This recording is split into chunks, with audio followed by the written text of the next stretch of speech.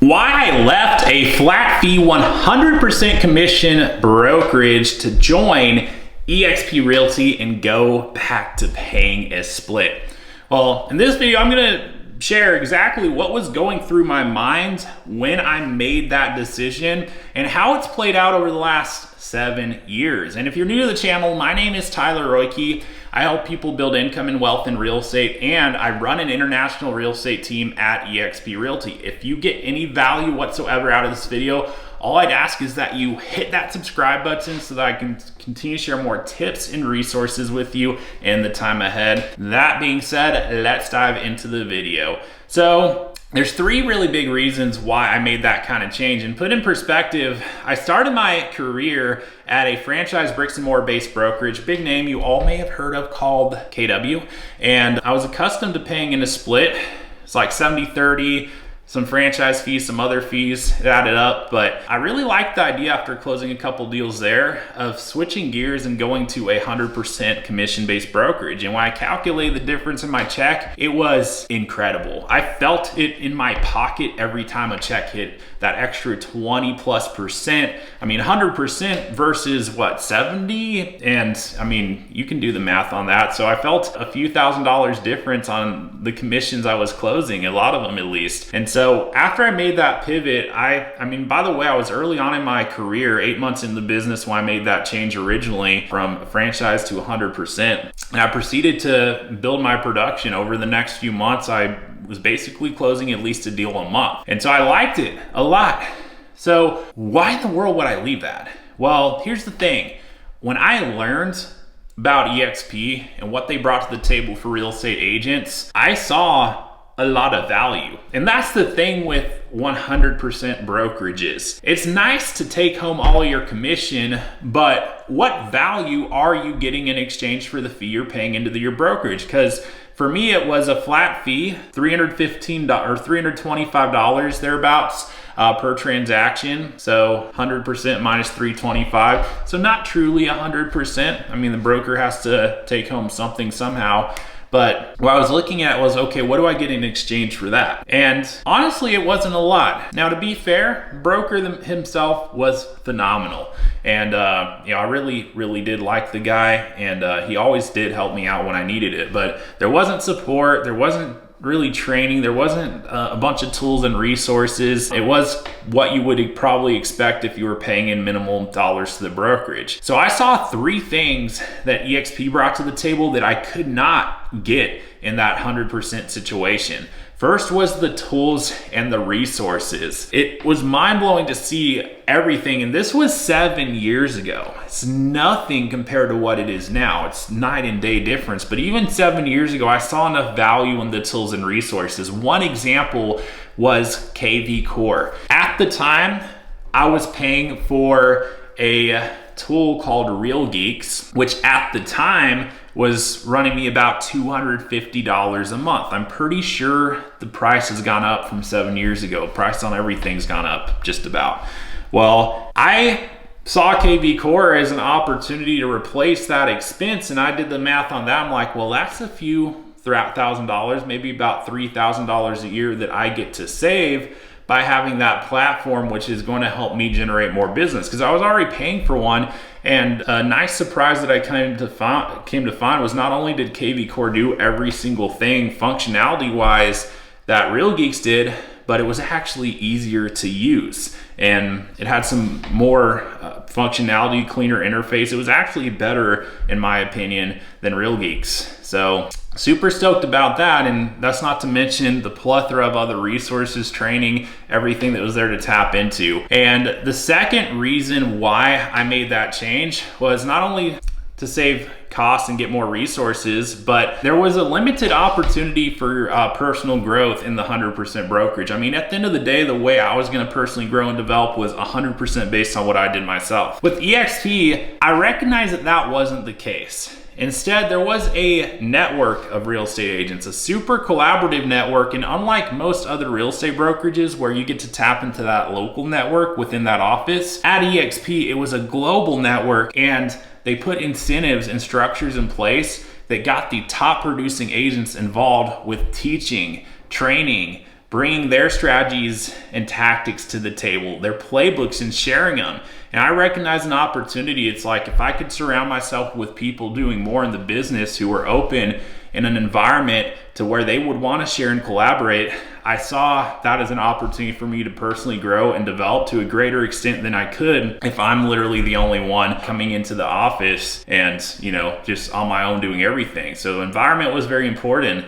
I mean, who you surround yourself with and having an opportunity to grow, it can make a lot of difference. And I recognize that for myself. But third, and this was probably the biggest one that I recognized at the time, was the earnings opportunity. Now, crazy thought, but I want to change your paradigm on this, because this is what I recognized. When you're at 100% brokerage, your earnings opportunity is capped at 100%. Why stop there? Might sound crazy, but I recognized at eXp, not only did I have the opportunity to earn commissions and to get to a point where I was keeping a very high percent of those, but I also had a second and third stream of income and wealth that I had the ability to build. And based on what I could potentially do with that second and third stream, that could take me beyond 100%. That could put me in a position, most similar thing I can think of to it is like a broker. So imagine you're a broker and you own your own brokerage. You can go and do production, but on top of that, you're gonna earn money based on the agents you have in the brokerage doing production. Only thing is, agents don't typically have the opportunity unless they're the one who started that brokerage and started bringing on agents. Well, I recognize that I could be more of in the position a broker is in from day one, except unlike the broker, I don't have to deal with all the downsides of being responsible for all these agents. I don't have to deal with the risk, the liability.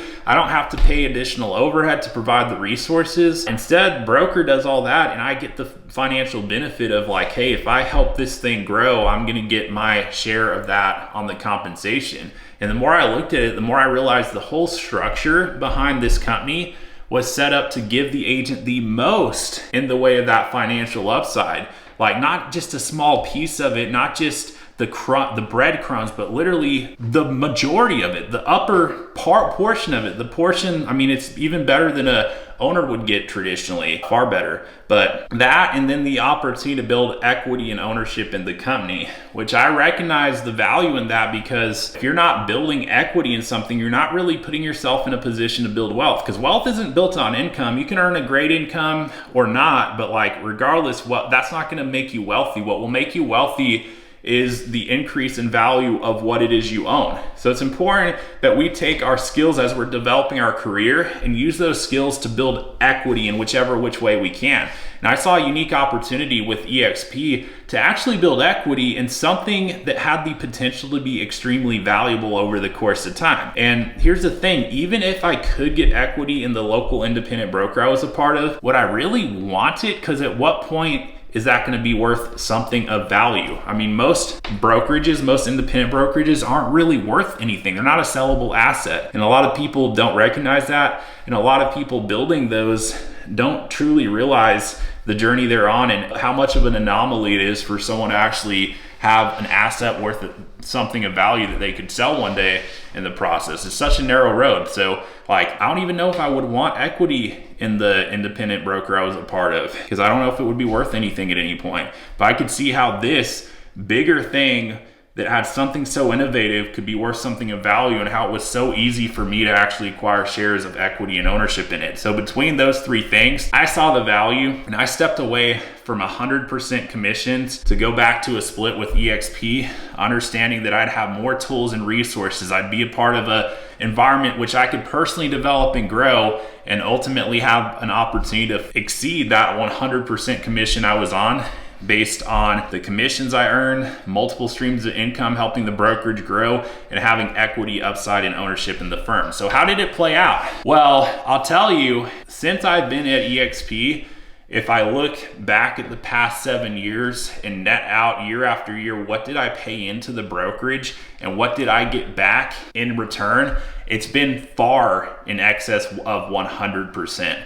And again, that might be hard to understand and wrap your mind around, but for me, it's been the reality. It won't be the same for every single agent that comes on board, because there's those who are productive and make the most of the opportunity, and there's those who don't. And I'm someone who, at this point, I am within the top 100 agents in the company as far as what I've done on the growth side of things and how I've taken advantage of one of those lanes of income and wealth that we can actually build here. But at the end of the day, I hope this video was helpful and insightful. And here's what I'd leave you with. If you're at 100% brokerage today, or if you're at a point where you're assessing which direction you want to go, if you're open to having a conversation and want to understand a little bit better what I saw as the value and why I decided to go the direction I did and how it's played out for me over the course of time, I'd love to provide additional help and insight for you however I best can. So do this. Go ahead and send me an email if that's where you're at. You can find my email and some other helpful information for you in the description below,